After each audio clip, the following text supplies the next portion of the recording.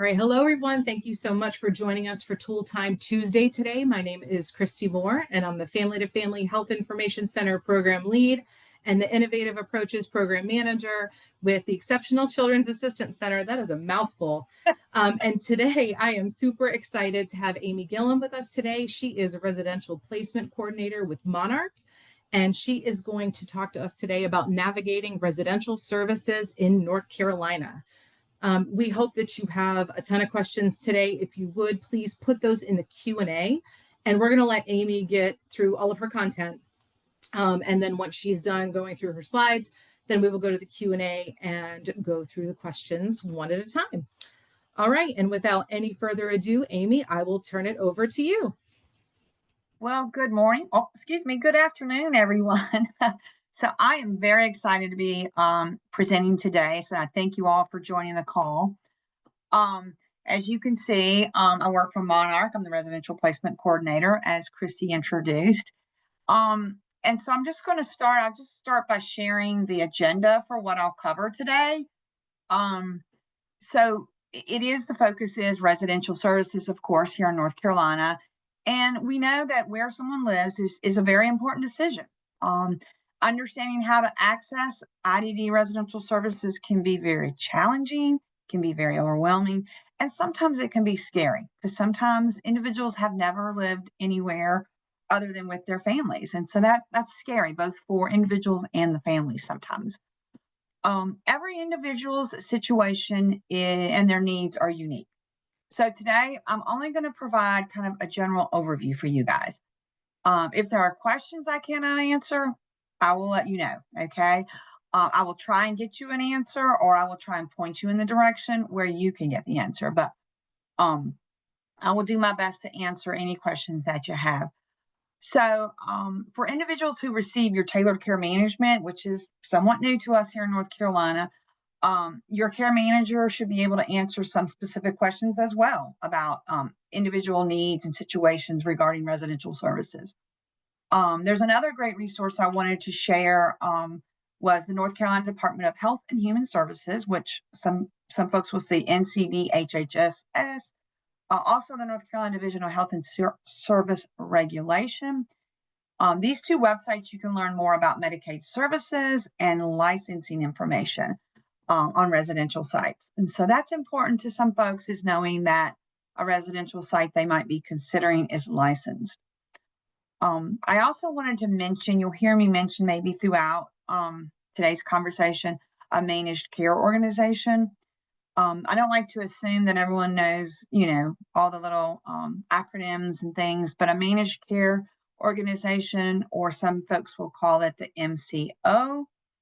They are the organizations that manage the Medicaid money in North Carolina for IDD services. And sometimes that can be a little bit confusing. It's, Medicaid, of course, covers your medical needs and prescriptions, but Medicaid also covers IDD services, which residential services is one of the IDD services we're talking about. So there are 4 MCOs in North Carolina. You have VIA, Alliance, Trillium, and Partners. And your MCO is determined by the county that your Medicaid is from.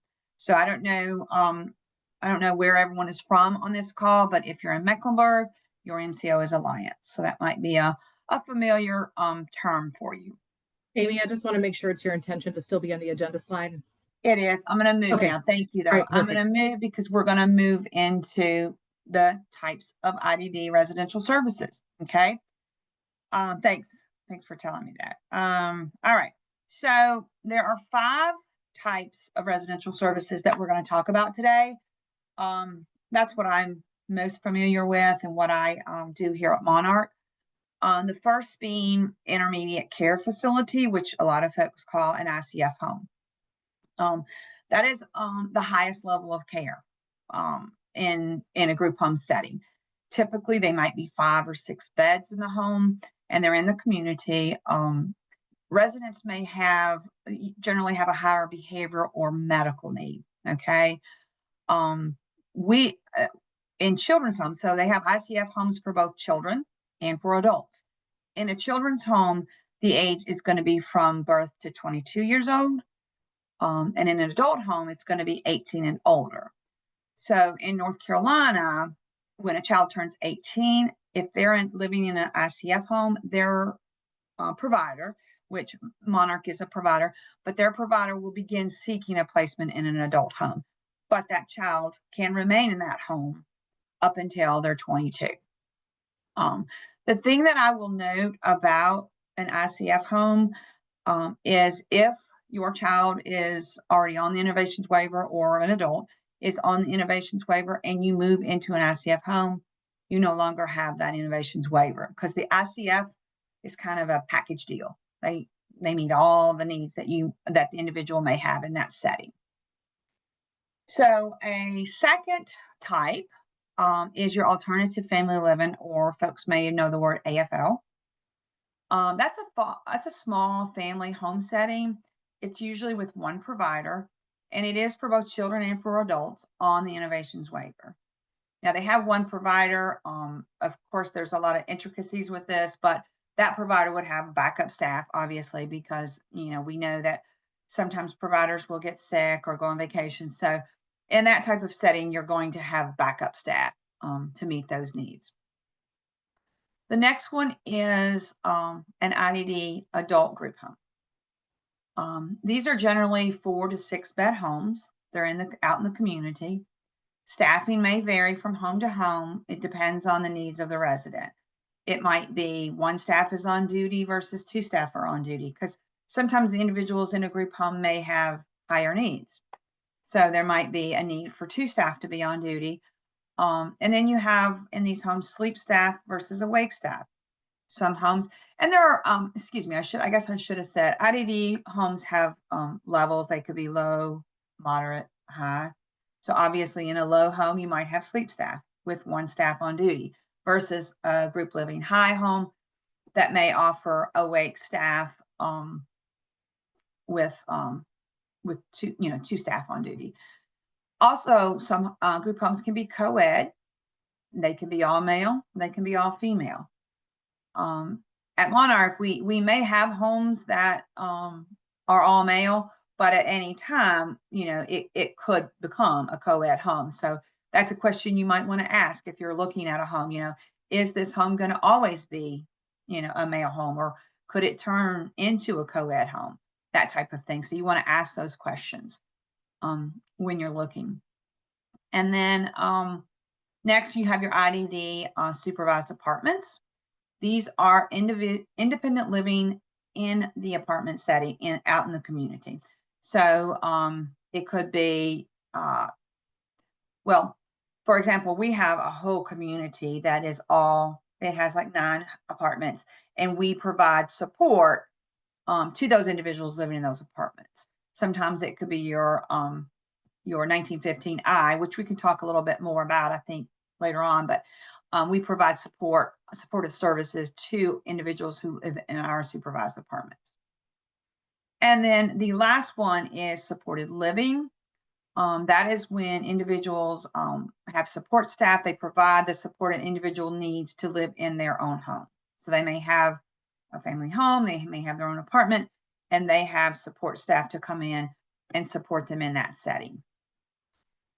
So those are, I'm going to leave it on here because now I'm going to talk just a little bit about kind of what a day in a group home looks like.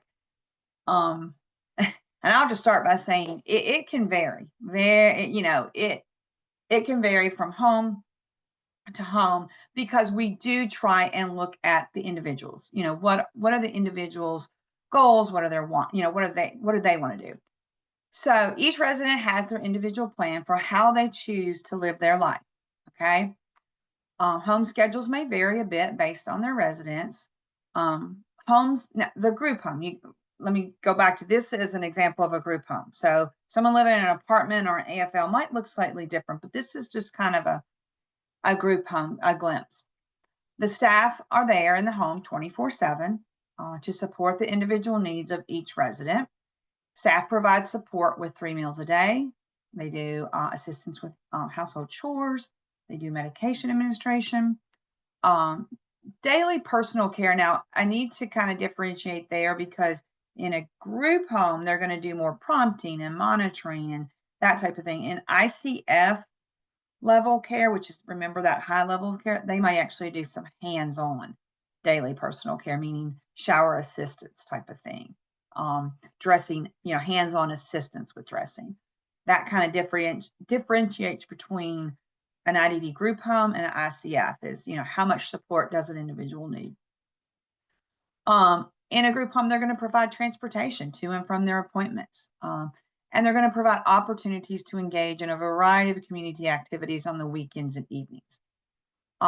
Residents are allowed to, and families may not always know this, residents are also allowed opportunities to leave the home with their family and their friends for day outings, overnight visits, or even vacations. And that happens, many times.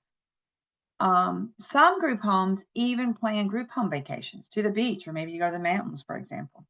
So each home is a little bit different. And those are good questions to think about when you're exploring residential, opportunities for your loved ones, to ask those questions.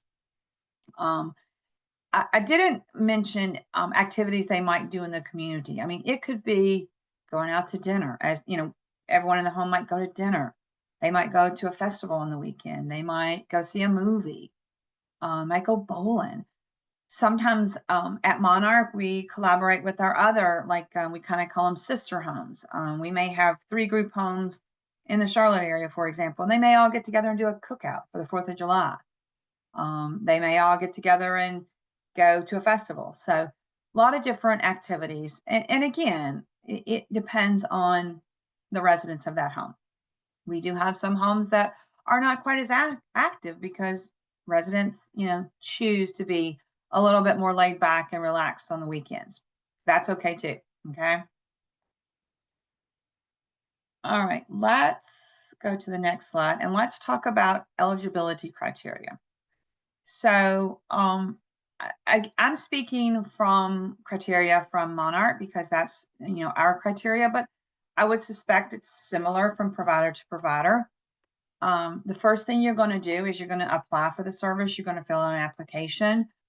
You may fill it out online. You may fill out paper. It may vary. This application can be completed by the individual requesting services, maybe by their guardian, by their family member.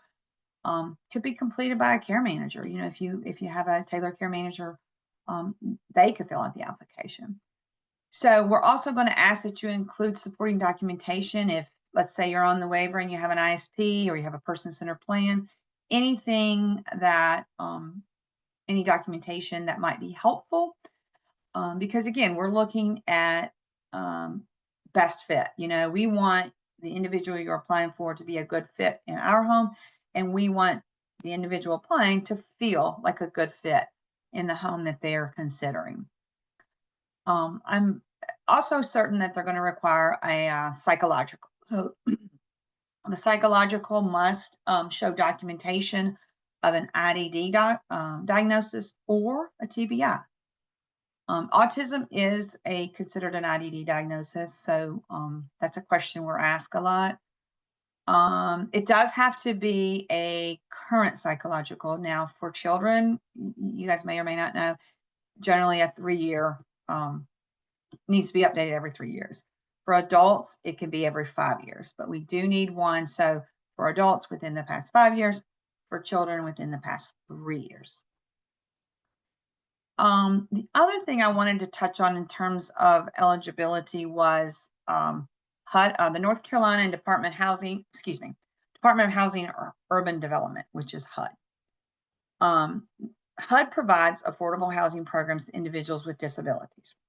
So, and HUD owns a number of properties across the state, and then they contract with various IDD providers such as Monarch. So we contract with HUD to provide services to individuals with disabilities in their homes. Okay.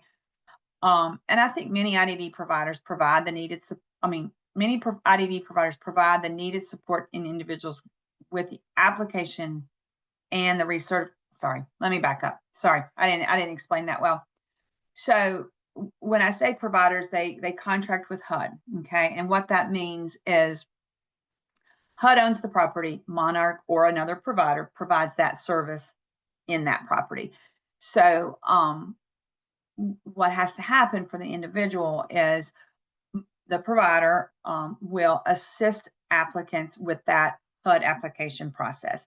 And they, gather the documents, they do the application, and then the application is processed, and then you're found eligible for HUD housing.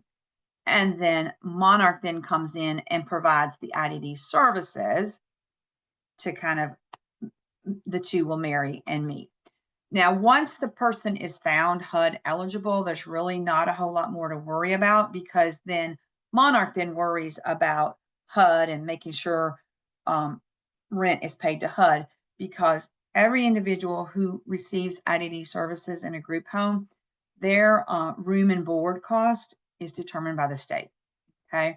And room and board is set by the state, and every resident in a group home pays the same room and board amount. Room and board, of course, covers shelter and food. Okay.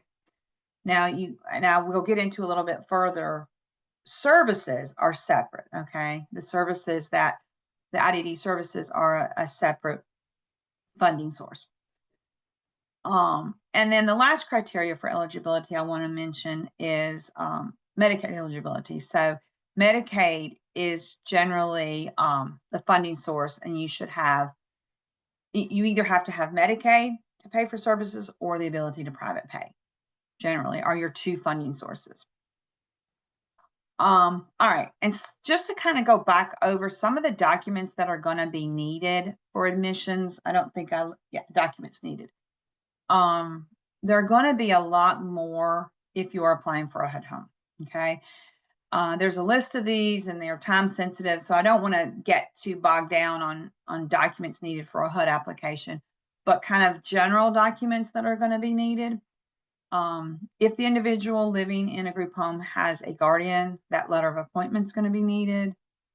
Insurance cards are going to be needed. It could be Medicaid, Medicare. Some folks have private health insurance as well. Social Security card is going to be needed. A photo ID is going to be needed. And a birth certificate is going to be needed. If you're looking at an ICF bed, that's that higher level of care, you're going to need a level of care, which is basically, I don't know if you've heard of an FL2, but that's basically a medical form that the doctor, nurse practitioner, or a PA signs off on, that basically says that higher level of care is medically necessary. So those are kind of just general things that are going to be needed. Okay, let's get into the tricky part. The funding sources for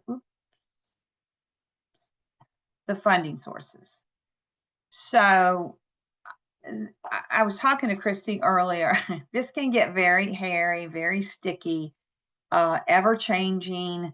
So I don't want to get too much in the weeds with it, because it is kind of one of these things where we need to look at individual situations and maybe talk to care managers, talk to MCOs, and that kind of thing.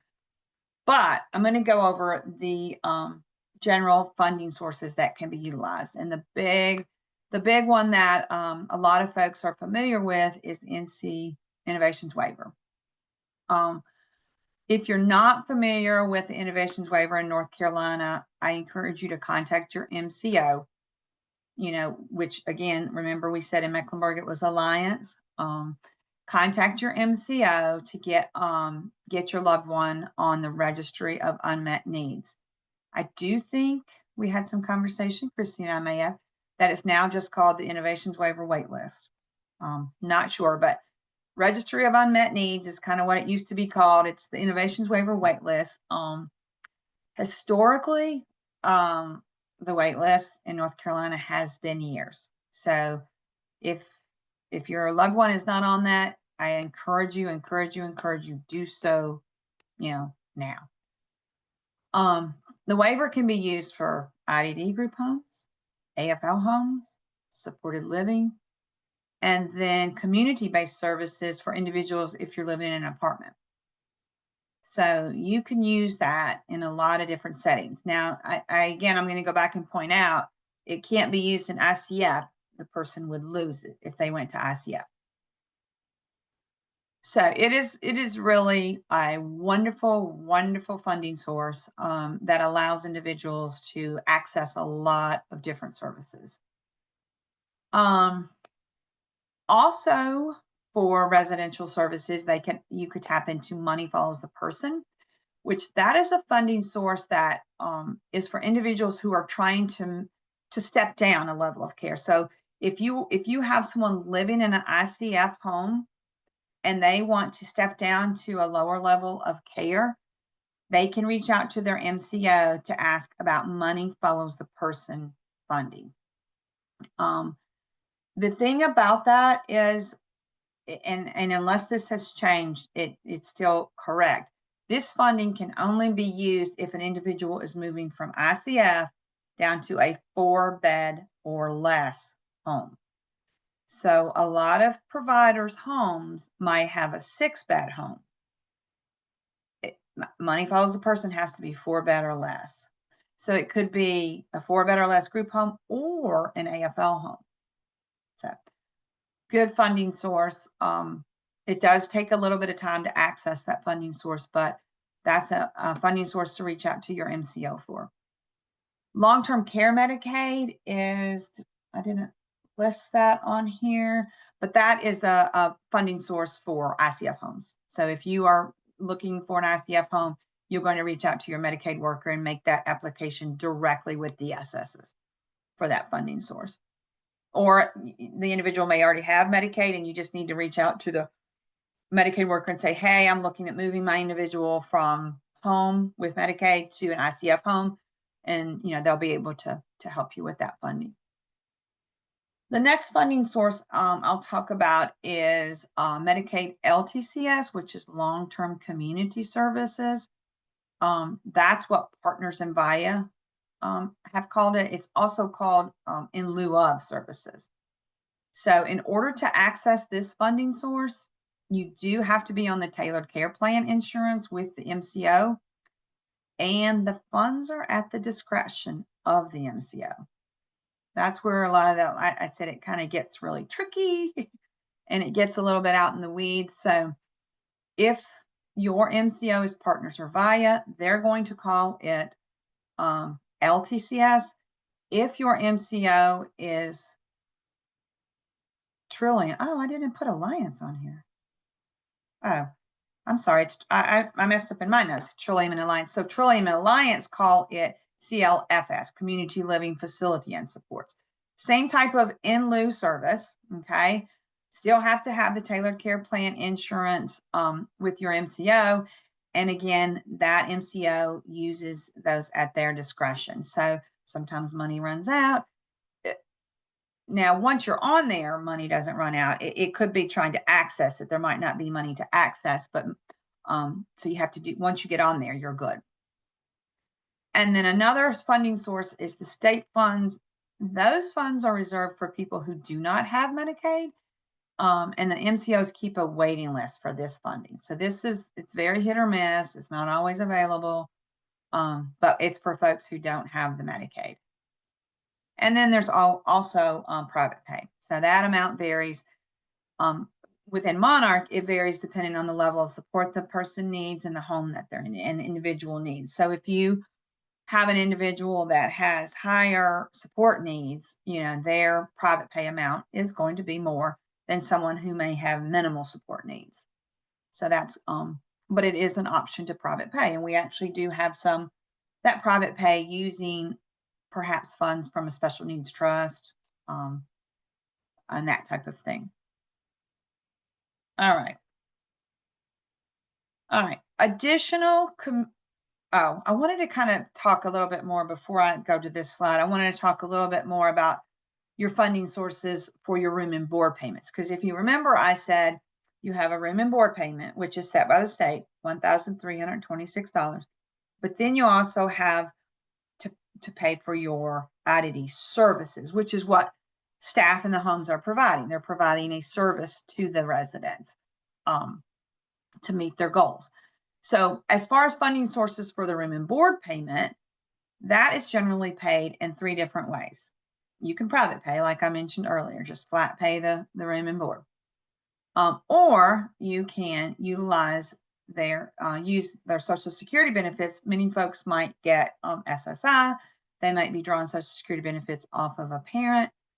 And you can use those benefits to pay the room and board amount. Many times, for example, SSI we know is only it's $967 this year. Might be wrong, but it's not fully the full amount of room and board, which is $1,326. So for individuals who don't receive enough Social Security benefits to pay their room and board, they can apply for special assistance Medicaid. You might hear it called SA Medicaid. If a residence, if it's not enough to pay, so then a group home staff can, usually our group home staff, help that individual apply at the county DSS where the group home is physically located once they move in. That's real tricky because you can't apply until they move into the group home, and it has to be done in the county where the group home is. Okay. Typically, if you're SSI eligible and you're Medicaid eligible, I honestly haven't ever had anyone not be eligible for SA. Now, if you're not receiving SSI or you're not currently receiving Medicaid, you might not be eligible for SA. I don't know. So how that works too, once you're found eligible for SA, basically what they do is they pay the difference between your income and the room and board charge. And then they allow you $90 from your income for your personal spending. So that's not a lot of money, but it does allow you $90 a month, and your room and board is fully paid between your Social Security and your SA money. Okay. All right. So to talk a little bit about, oh my gosh, time flies. Chrissy, heck, I just looked down. It's 12:28. Okay.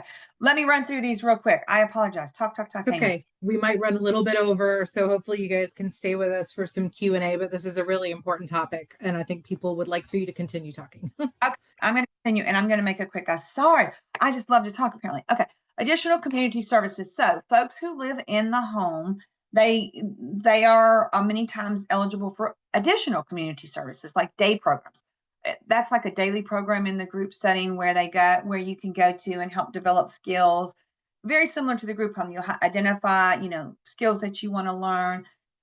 You could do skills they can use in the community, like or at work. They could encourage creative expression or community engagement or relationship building. So those things they can work on in the day program. They might go to a Vogue program. That's a daily program where it's a group setting as well, and they develop workplace skills. They can go to educational classes. There might be programs or classes at the community college they can go to. Some folks are eligible for 1915I supported employment services.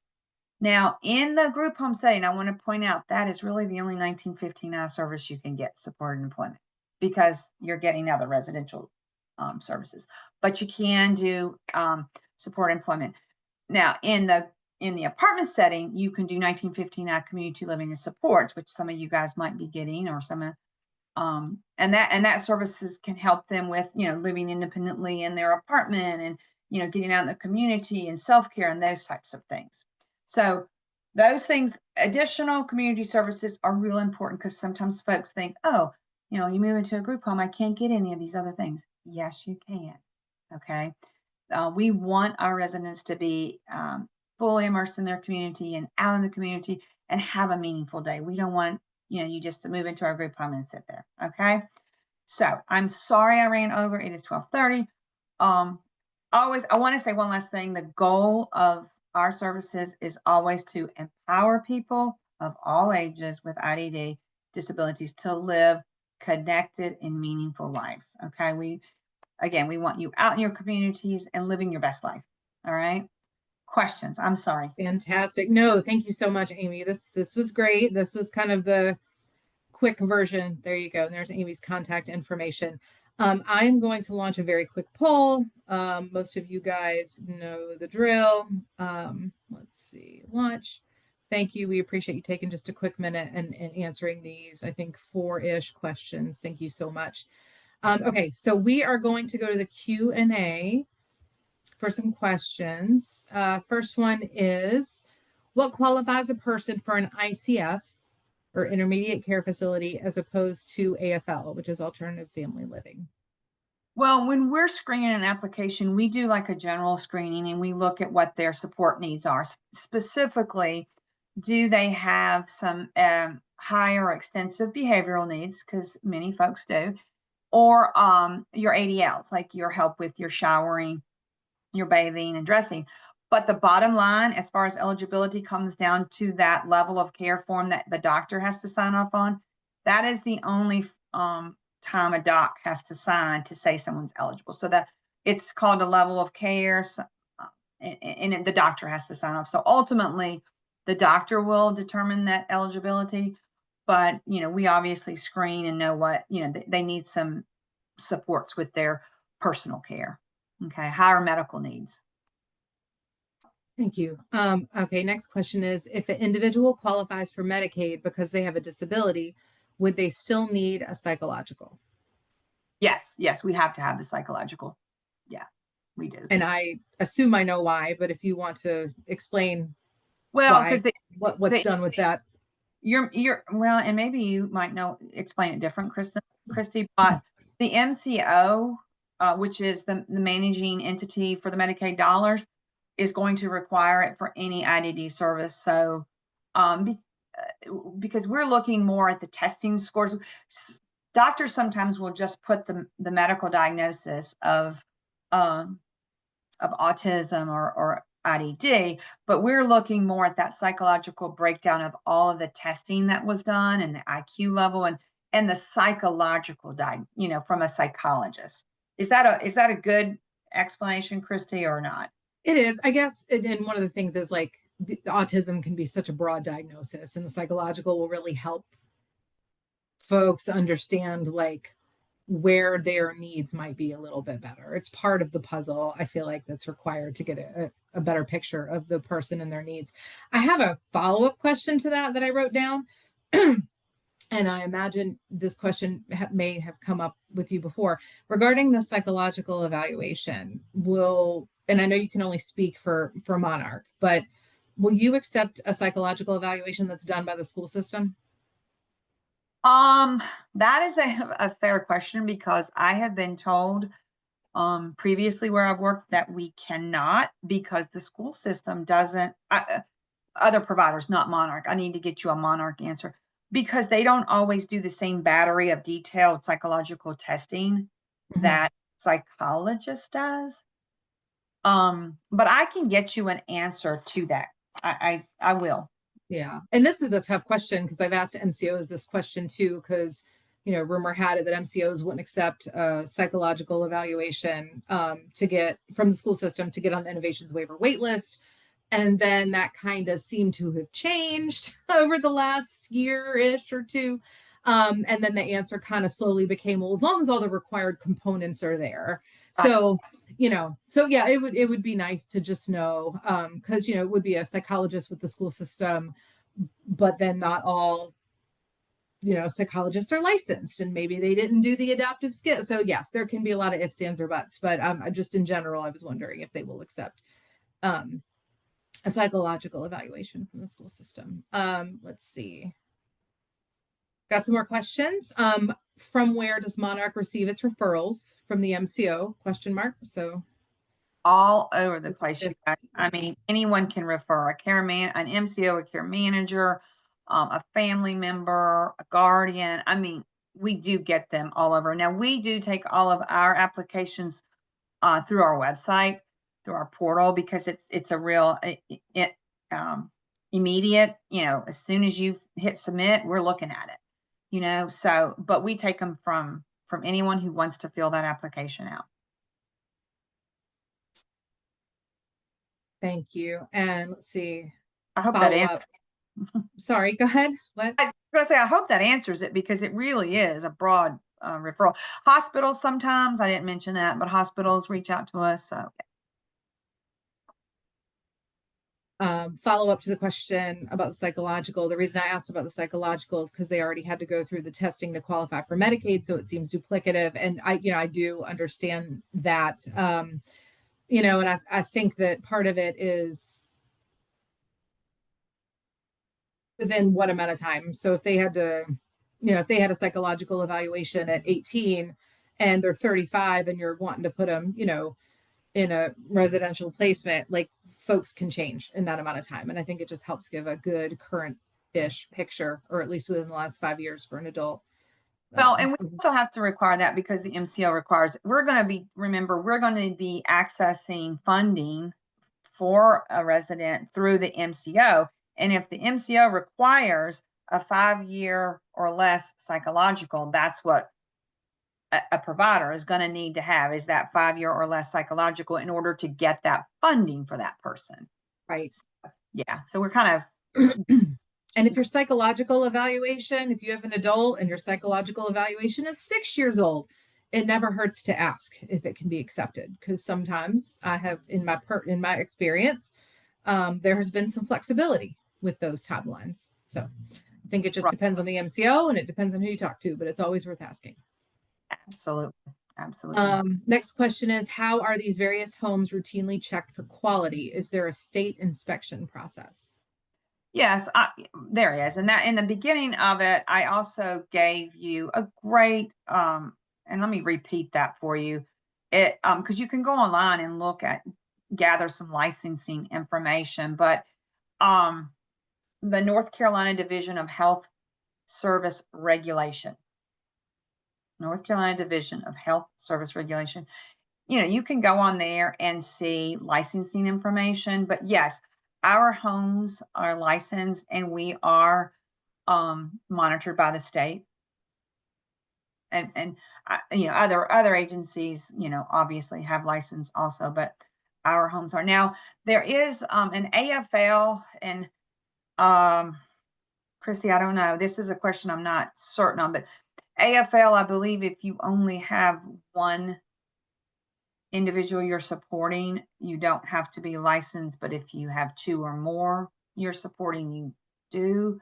So AFL setting may not be licensed, depending on the number of individuals they're supporting. Yeah, and I don't know the answer to that off the top of my head either. So it would be something I would have to look up.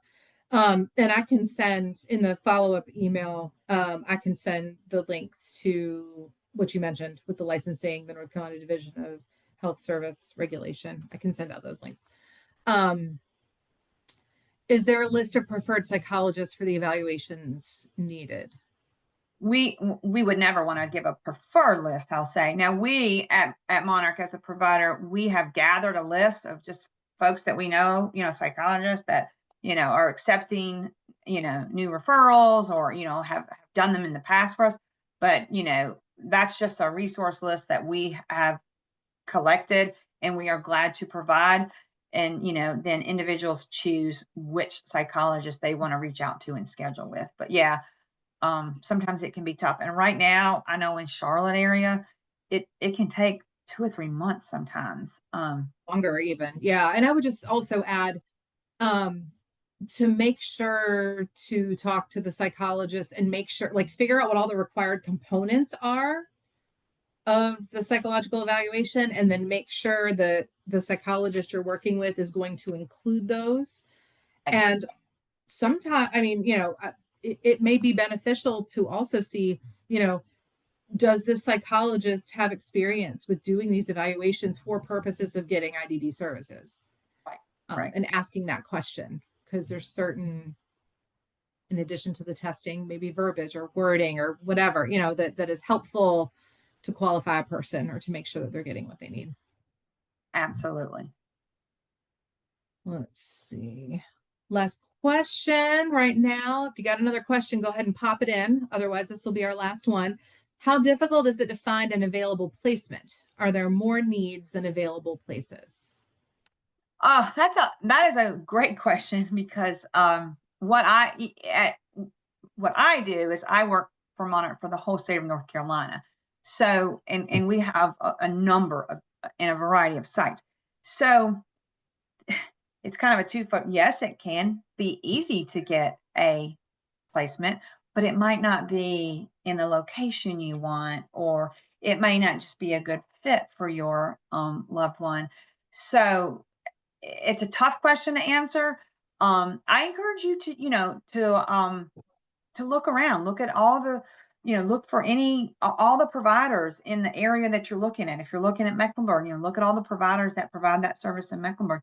If you are open to a large area, geographic area, it might be a little bit easier, because right now we currently have about 25 vacancies, I think, are on our vacancy list. So, that sounds great, but they may not be in areas that you want your loved one. You might want them to be in the same county as you. So it can be challenging. And then, the vacancy in the county that you would love to place your loved one, it might be the wrong level of care, or it could be a male home and you were looking for a female home. It gets complicated and it gets very difficult, but we do have 25 vacancies, and I'm sure other providers probably have, vacancies as well. So explore all your options. I am going to drop in the chat real quick a great resource. Work together and see. If you're not familiar with it, please go just take a moment to explore it. But under the services section in particular, if you're looking at it on a laptop, I know it's a menu down the left side. I'm not sure what it will look like on a cell phone. But there is a housing section that you can click on, and then you can see North Carolina IDD inclusive housing communities by each MCO region. So the title of the document will be NCIDD inclusive housing communities, and then it will say Alliance MCO region, resource list, Trillium MCO region, partners via, and so on and so forth. There aren't enough, but there it is a trend where more and more of these inclusive housing communities are popping up across the state.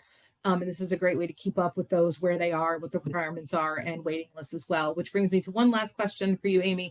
What about waiting lists? Let's say if I have a child who's going to be 18 in a couple of months, and my personal situation is such that we need to start looking at potentially ICF or group home living or some kind of residential placement.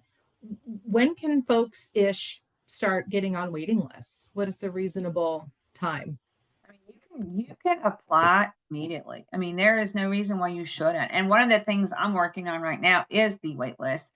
And our goal right now is to, start reaching out to people and having conversations and talking about all the things I've talked about today, HUD and what are community services that, we might, tap into, and what's the funding. So, I say the sooner the better. Educate yourself, find out all the information. If you don't have a psychological, get that done, so sooner the better. And particularly, let's say if you know of a home anywhere in a certain area, you're like, oh, I know I want to be in that particular home with that provider, then go ahead and ask, can I get on the waiting list for that home? Because we do that. Some homes have vacancies sooner than others, and I tend to think that's because of geographically where it is. But there's various reasons. Anyway, but yeah, the sooner the better. Apply, and we have a wait list, and I'm gonna say many providers have a wait list. So Great. Okay. Well, Amy, we did run a little over. We are out of town, but thank you so much. This was fantastic information. I feel like we could have done an hour and a half with this information, and maybe one day we will. it's fun, and I apologize. I know you don't realize until you get into it, but thank you guys all. I appreciate it. Reach out to me if you have questions, concerns, whatever. I'll get back, Christy, with you that answer on school psychologicals. Sounds great. Thank you so much. Thank you for joining us, and join us next Tuesday for how telehealth can support your family, and learn about an ePrime telehealth study that your family may be interested in joining. And thank you for joining us today, Amy. Again, it was a pleasure, and we hope that you all join us for the rest of the Tool Time Tuesdays in August. Have a great day, everyone. Thanks, everyone.